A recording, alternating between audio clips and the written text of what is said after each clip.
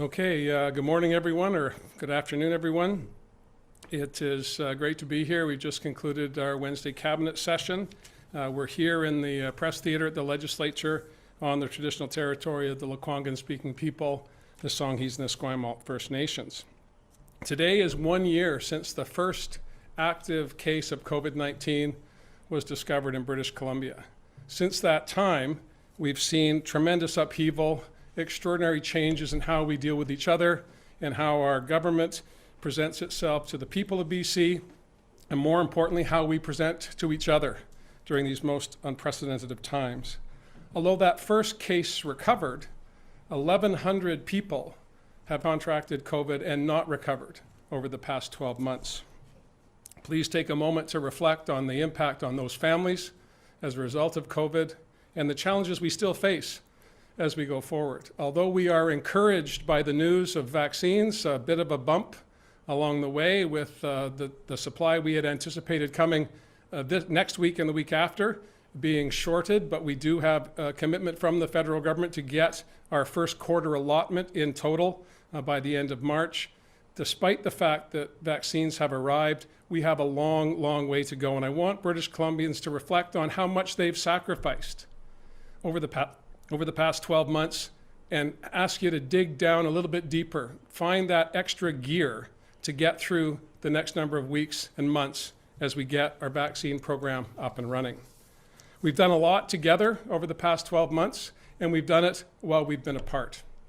We've done our level best to make sure that government can provide the services that people need. We focused on people, we focused on communities, and we focused on making sure businesses can continue to operate to the greatest extent possible, despite the public health orders put in place to protect people and to protect the most vulnerable in our communities. There have been challenging times as well in terms of personal behavior. We've seen extraordinary acts of kindness, and we've seen brutal acts of racism and violence against people for no particular reason beyond the color of their skin. Fortunately, those have been few and far between, and the examples that we can all point to as British Columbians of people acting appropriately as they would want someone to act towards them far exceed the numbers of cases of people acting badly. I think that's a result of how we all feel as British Columbians towards each other and how we would want others to treat us and our families as we come through this most extraordinary of times. I know there's lots of questions today. Every sector's been affected. There's lots of things to talk about. I just wanted to leave in this opening comment section, leave British Columbians with the knowledge that we are doing everything we can to keep them safe. You too have an obligation. The vast majority of British Columbians have stepped up to that obligation. We're speaking, Dr. Henry was speaking earlier in the week to that small group of British Columbians that think they're above everyone else. That small group of British Columbians, like those who travel to another jurisdiction to bump vulnerable people out of the lineup to get a vaccination. That is not the type of behavior the vast majority of British Columbians would expect from their neighbors, from their loved ones, and it's the last thing I expect as the leader of a government. I believe there's nothing more un-Canadian than going to another jurisdiction to jump the line because you have the means to do so. Those are the type of examples we want to put in our rearview mirror as we celebrate the kindness and the goodwill of British Columbians towards each other as we work towards the summer and the fall when we can get back to normal. That's my hope, that's my wish, and that's my focus for the next number of months. Happy to take any questions you may have. Our first question today is from Binder Sajan, CTV.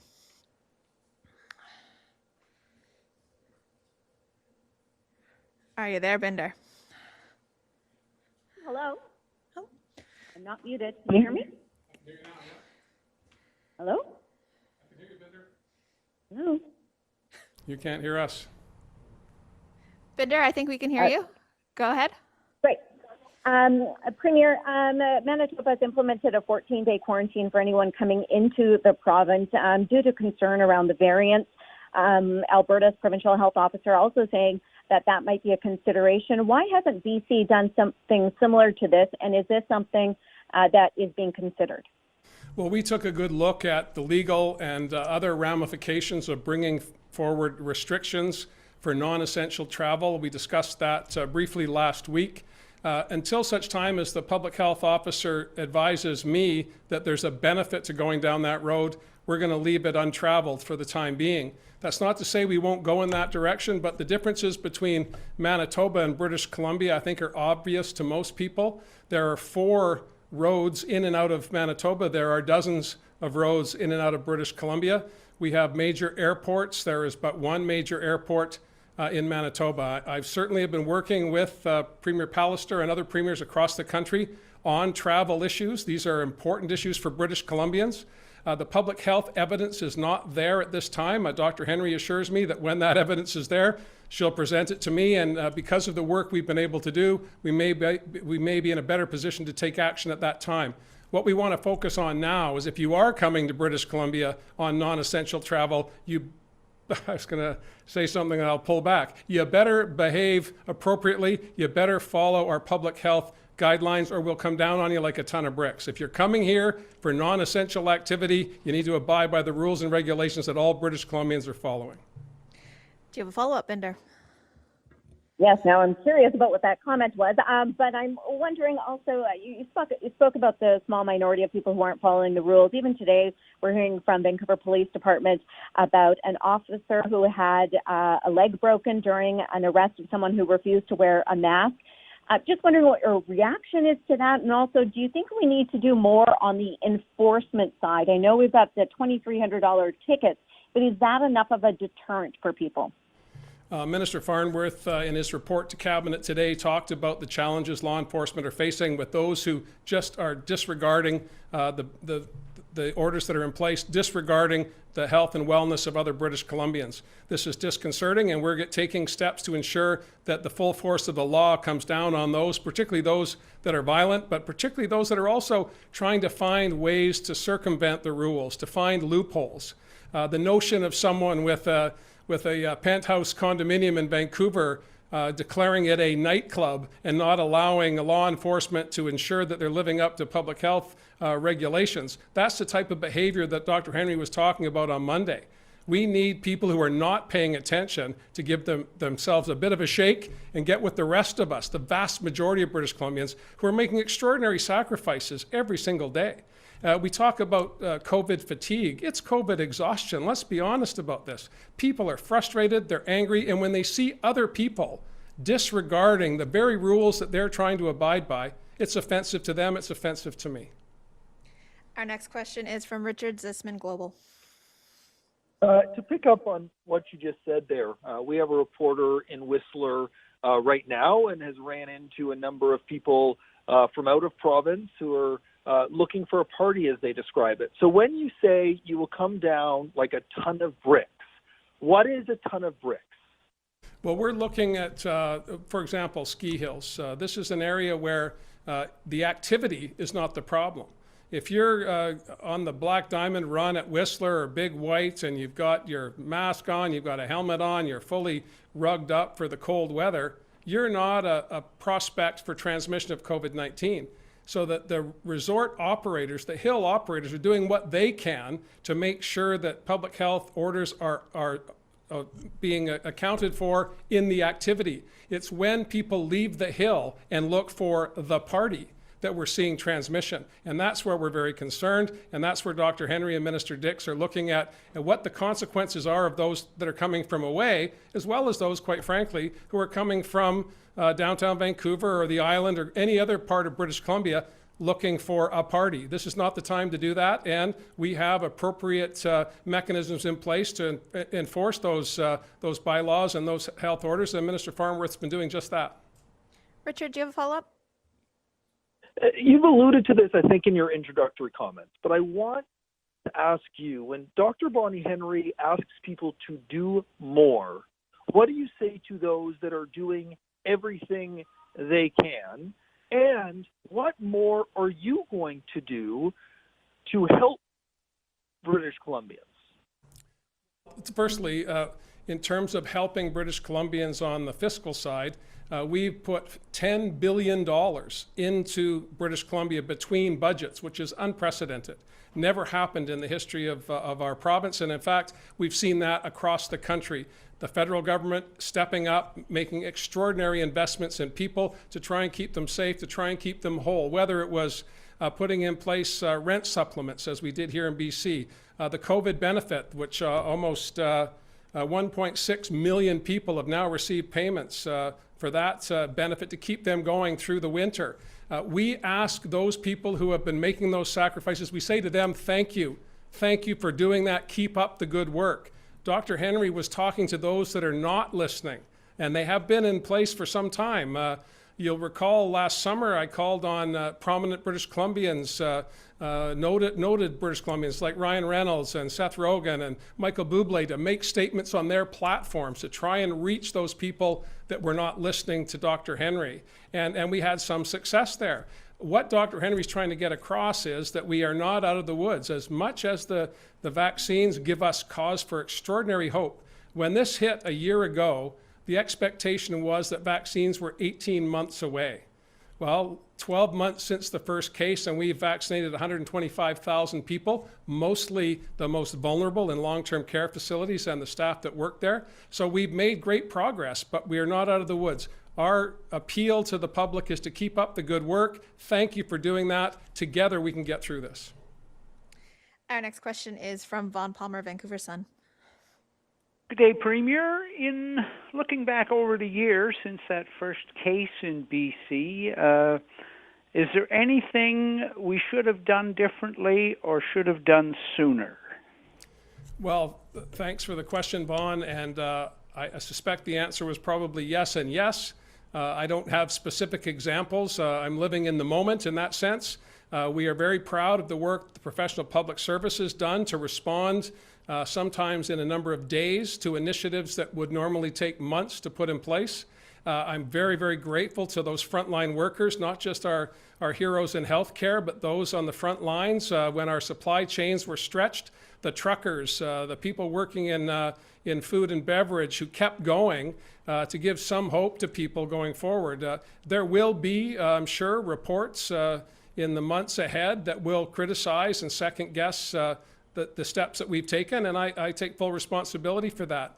But at this point, the reviews have been fairly positive. I don't want to anger Twitter, but by and large, British Columbians appear to be satisfied with the direction we've gone. We've been as inclusive as we possibly can be with the business community, with labor, with not-for-profits, with Indigenous peoples. We've accelerated the level of consultation that, again, unprecedented. And that's because people are willing and prepared to put aside previous differences and focus on what they can do for their business, for their community, for their families. And at this point, I'd have to say we've met the test, but there will be examples. I'm sure, Vaughn, you may have in your supplementary question one of those examples. But for now, I'm pretty satisfied with the effort that's been put in, without a doubt. And there will be examples over time, and we'll deal with those as they come up. Vaughn, do you have a follow-up? Yes, please. I was struck listening to Dr. Henry on Monday that, her usually optimistic outlook. She seemed to be a bit more pessimistic. Maybe it was the news about the delay in vaccine shipments or some of the bad behavior here. You, Premier, have generally maintained an optimistic outlook. Has anything shaken your confidence in that so far this year? Well, yes, and the most recent example was on Friday. I said that in my Canada, people would step to one side to give a vaccine to someone that was more deserving of it or in more need of it. And 72 hours later, we hear about the entitled and the elite chartering a private jet to bump someone else out of the queue. That's about as un-Canadian as you can get, and that was profoundly disappointing for me on a number of levels. You can't measure the contempt I think British Columbians have for that individual taking those steps. Over the Christmas holiday, some public officials, not any in the BC legislature, but some public officials deciding it was a good time to travel after we appealed to people to stay in place. That was disappointing. But I have to say that I think our federation has worked better than it's ever worked before. Is there areas of improvement? Absolutely. But we've had, and I always miss the number, the Prime Minister reminds us every time we have a call, we're heading towards 30 meetings, substantive meetings, between the heads of government across the country since March of last year. That's unprecedented, and that gives me hope that this crazy thing called Canada, large land mass, small population, multiple ethnic backgrounds, indigenous populations, and 2 official languages, we can continue to make it work because we all know and understand that we're very fortunate to be Canadians. And having the examples of the past 4 years in the United States has reinforced that, I think, for all of us, that we're very grateful to live above the 49th parallel, except for us in Vancouver Island here are below the 49th parallel. But you get my point, Vaughn. I think I'm inspired by how Canadians have responded in this extraordinary time. Are there bad actors? There sure are, and that's disappointing. And I know Dr. Henry, I mean, let's walk a mile in her shoes for a minute. Not only is she regularly available to talk to you and countless others, but she's in touch with health officials, not just across Canada, but around the world, keeping up on literature, reading into the night so that we are as on top of these issues as we can possibly be. So I'd cut her some slack if she was a bit grumpy on Monday. She has been an absolute rock for all of us, and I think the vast majority of British Columbians feel that way. Our next question is from Rob Shaw, Check News. Hi, Premier. The Prime Minister has suggested there are new restrictions coming on travel. He sort of hinted to Canadians not to go outside on holidays out of the country for fear they might not be able to get back in a timely manner. You're talking to him fairly regularly. Have you asked him specifically to do anything? What have you suggested to him that BC wants to see on that? Well, I called some months ago for a pan-Canadian approach to interprovincial travel. And the Prime Minister, in his most recent comments over the past couple of weeks, has been appealing to all Canadians to stay in place. If you don't need to travel within your province, certainly stay where you are. And if you don't need to travel outside of your province, stay where you are. So I'm grateful that the federal government's showing leadership in that regard. When it comes to our international borders, we worked very aggressively at the beginning of the pandemic because of our proximity to Washington State, where there were a series of outbreaks. We were aware of them very early on because the first case we had here and how Dr. Henry and Public Health got on top of this in January, whereas other provinces were looking into March. So the federal government has been very responsive to our concerns about international travel. And I know that Premier Ford and Premier Legault, particularly, where they've seen starting to level off, but high spikes in cases as they're getting towards the spring break. We don't have the same concerns about spring break where we have seasonal temperatures, but for those living in the heartland of Canada where it's cold today, I can understand they'd want to look at another place to go, but they need to stay home, and the Prime Minister has been focusing on that. If there are new travel restrictions internationally, BC stands ready to work with the federal government to implement them here in BC. Rob, do you have a follow-up? Yes, please. You've been trying to present a united front with the federal government. I noticed you passed on criticizing them for the vaccine shortage, talking about the cooperative federalism that you've seen so far. Your government got blindsided in an op-ed by the federal digital minister saying that there are people whose lives are being lost in BC because the government won't sign up for the COVID-19 app. I wondered what you made of that criticism in light of you trying so hard to present this united front to people. Well, I can only be responsible for my own behavior, Rob, and I believe there is zero benefit to British Columbia complaining about disruptions in European logistics that are preventing us getting our vaccines next week and the week after. 0% in that. I've been pretty clear on the app. The advice we're getting from Dr. Henry is nothing replaces the gumshoe work of contact tracing.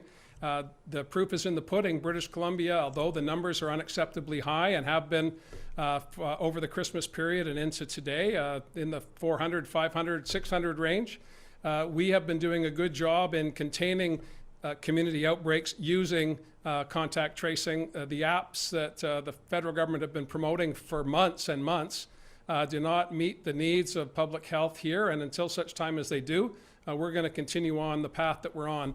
If federal ministers want to take shots at me, I'm good with that. I don't see any benefit to anyone of doing that, however. We've had measurable success in British Columbia following the path that we're on, and I would encourage that minister to rethink her approach to building a stronger country by putting 700 words together that may have felt good at the moment she hit send, but don't do anything to advance the well-being of Canadians. Our next question is from Zara Premji, CBC. Hi, yes, Premier, you mentioned you think there are too many ways to get into BC to make a 14-day quarantine rule effective, but don't you think implementing that in BC could be considered a deterrent for people in other parts of Canada who might be planning a trip here? Well, if it's deterrent that we're looking for, I think that saying quite clearly that if you come to British Columbia, you have to abide by the rules here in BC. If we see through public health that an increase in the number of people from outside of British Columbia is contributing significantly to the increase in community outbreaks, we'll take action. We did the legal work. We know what we would be required to do to put in place restrictions on internal travel, but we don't believe it's necessary at this time. I appreciate that Manitoba is going in that direction. Per capita, their case counts are frightening, and I can well understand why they would want to do that. One highway from Ontario in, 4 highways into Saskatchewan, that's it. We have one major city, one major airport, 5, no, that's them. We have one major region, 5 urban centers, major airport, 10 interprovincial airports, some 60 flights a day to YVR, 10 flights a day into Victoria, 27 interprovincial crossings. So it would be a logistical challenge. We had enough challenge with the international borders assisting the revenue services or the Canada Revenue Agency border services when we imposed the restrictions internationally. We brought forward dozens and dozens and dozens of provincial employees to help backstop the federal initiative, and that's their business. That's what they do every day, is monitor the border where there are checkpoints. We have no checkpoints in British Columbia, so logistically it would be a challenge. How would we monitor that? We have plans in place if we need them, and we'll follow through on that. Zara, do you have a follow-up? Yes, please. So the International Olympic Committee said today it's pressing ahead with the July 23rd opening of the Tokyo Summer Games. This would require our athletes and officials, of course, to have their double doses of vaccine. Any early indications of what BC's protocol would be for this, Premier? And would you support some kind of exemption so they could be fast-tracked? Well, I have to say that I've received, it's now about 3 inches thick correspondence through snail mail and through email from organizations across British Columbia calling for an exemption to their sector. All very compelling arguments, all legitimate points of view. We announced last week our vaccine plan that involves addressing the challenges by vulnerability, starting with age. So with respect to athletes who would want, British Columbia athletes who would want to participate in the 2021 Games in Tokyo, if they are over the age of 60, they would be in a good place to get vaccines. If they're not, we would have to hope for new vaccines to come on stream. And that is our hope at this time. There are 2 others, AstraZeneca and the Johnson & Johnson Janssen vaccine, that are very close to approval here in Canada, and that will change the game. As it is now, we've been focused on Pfizer and Moderna, those that have been approved, those that we have contracts with the federal government to get supply. So it's premature for me to suggest that BC athletes who want to participate in the Olympics could not expect to get their vaccinations. The plan today does not allow for that. As time goes by, we may be in a better position, but we're not today. Our next question is from Lisa Yuzda, News 1130. Hi there, Premier. Talking about that long-term care report from October not being made public, I'm wondering how BCers are supposed to trust health or your government if the top health official says that he didn't even know about the report, and Minister Dick said that they did act on the recommendations, but hundreds have died in long-term care since that report under the government's watch. So I'm wondering how people are supposed to trust that the right thing is being done. Well, again, I just ask British Columbians to have faith that we're doing the best we can to protect them, to protect their loved ones, and to protect their communities. The Minister Dick spoke extensively on the report. It was initiated by the ministry. We've been acting on the ministry has been acting on the recommendations. This is a normal course of business issue, it seems to me. But Minister Dix was pretty exhaustive in his responses to your questions. I think I'll leave it at that. Lisa, do you have a follow-up? I do. You talked about the PHO talking to those who aren't listening when they're asking for people to do more, but they're not listening. They haven't listened all the way along. And I think you talked about the couple going to the Yukon. It's shown an appetite for people wanting bigger teeth, that these $2,300 and $230 fines seem to be less than a slap on the wrist. So, you're saying you're disappointed, but you have power to do more. Why are you not doing more to come down on these people, as you said, like a ton of bricks? Well, as I said, we had our cabinet meeting today. Minister Farnworth, in his regular public safety update, talked about a number of issues that are a number of opportunities that are available to us to protect law enforcement, first and foremost, from belligerent British Columbians who are just disregarding their role in a civil society. And there are also those that are well off and believe that the fines, although substantial for regular people, are just not even a rounding error for millionaires who can charter jets to bump Indigenous elders off the list. I just don't know how we can compare people that would think that's okay with regular people, because that's just not how most of us roll. For those who disregard the rules, we're going to be taking steps to do what we can to make sure that they feel the pain of trying to get outside the box that all of us have been in, not happily, but all of us have been in with the focus on making sure that those we care about are safe. Next question is from Justine Hunter, Globe and Mail. Thank you. Hi, Premier. Even since you have received that legal opinion on domestic travel, and I know you haven't shared that opinion with us, so I'm just guessing what's in it. It seems to turn on the notion that there's no demonstrated risk to the health of British Columbians. But things have changed since that report came down. You've got the arrival of the variants, the delays in vaccine distribution. How can anyone say with confidence that these variants here do not present a risk to the health of British Columbians? Well, we can't, and we're not. But what Dr. Henry says regularly is that we are doing our best to suppress community transmission using contact tracing to find where exposures have taken place and taking steps to isolate those individuals. We'll continue to do that. And if there is overwhelming evidence, I mean, Dr. Henry looks at this with her team. Again, I go back to the hours and hours that are spent analyzing data and making determinations on what steps we can take, what advice public health will give to government, and she'll continue to do that. There was not, last week, there was not evidence that interprovincial travel was contributing to a significant increase in caseloads. Activity in locations where people from outside of British Columbia have congregated, yes, but directly connecting all of those dots has not happened. So when that does, we'll be in a different position than we were when we got the legal opinion, and we'll take steps as required. Again, I want to stress people should stay home. As the Prime Minister has said, as premiers are saying across the country, don't travel unless you have to. That's our biggest hope, is that people will listen and they will abide by these rules that all British Columbians, or the vast majority, have been for months and months and months. Justine, do you have a follow-up? Yeah, just a simple one. Can you just clarify if the legal question was on a potential ban on travel, or was it just, as Manitoba has done, quarantine requirements for non-essential travelers? It was a legal opinion that was presented to Cabinet, and I'll leave it at that. We have time for one. Give her another half question on that? I feel badly about that. Go again, Justine. Try another angle. I'm just trying to get a sense of whether or not what Manitoba is doing is a reasonable measure based on erring on the side of caution. I don't know that Brian Pallister is saying there's evidence of risk. They're saying there is a risk, and we're not going to take that risk. The Maritimes did something similar at the beginning, and Newfoundland particularly, was able to ban travel, and that was upheld in their courts.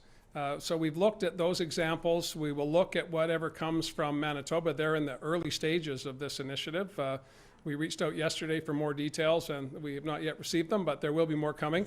Again, I just look at the logistics, not just the legalities, and the logistics are extremely challenging. The best course of action is for Jason Kenney, Scott Moe, Brian Pallister to say to their citizens in Western Canada, stay home. And again, I applaud the Prime Minister on that route now, and he'll be talking more, I'm sure, about international travel as the week unfolds or into next week. But when it comes to people from away coming here, we want to welcome you to British Columbia. Our visitor economy is critically important to us. Our tourism industry depends on people coming from away, but not today.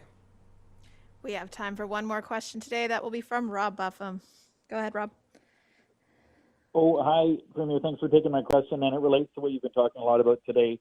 I'm just wondering, yourself and the PHO have been exhorting British Columbians to do more. Wouldn't there even be some symbolic value in implementing what Manitoba is doing? You've talked about all the different, border entries presenting logistical challenges, but wouldn't there be, even from a morale point of view, to show that the government is doing something extra to try and keep people safe? Well, again, Rob, the challenge is, how would we do it? And I'm just not the type of person that's going to say this is what we're going to set out to do, knowing that we're not able to achieve it in an appropriate time frame. We need to, travel restrictions at the front end were critically important to British Columbia. Those international travelers were bringing COVID-19 into British Columbia. We were able to suspend that at great cost to our tourism sector, particularly here in Victoria. And so we don't want to make symbolic statements. We want to make sure we're suppressing community spread, and that means following the orders that are in place. And Dr. Henry's appeal to British Columbians is, I believe, an example of the frustration she feels as we see extraordinary efforts by the vast majority of British Columbians and a handful of people deciding they're above everyone else. That's just not Canadian. It's not who we are. And it does a disservice to all of us and leads to appropriate frustration, not just from the general public, but from community leaders as well. Do you have a follow-up, Rob? I do. I'm wondering, beyond symbolism, as a practical matter, Family Day is coming up. Spring break isn't far off. We know people travel to Whistler, amongst other places, from across the country, and realistically, people will continue to do that, especially if there isn't an order in place. What's the likelihood going forward in the next several weeks that there will be tighter restrictions on an interprovincial basis, as you explore what Manitoba has to say as we go forward? Yeah. Well, again, we're not ruling anything out. I've never said that. I've said we want to make sure that we can implement a program that would make sense to suppressing community outbreaks or community spread of COVID-19. We will be revisiting, Dr. Henry will be revisiting her orders on February 2nd. Cabinet will hear some new information on modeling and other information next week, and then we'll get advice from public health on where we go from there.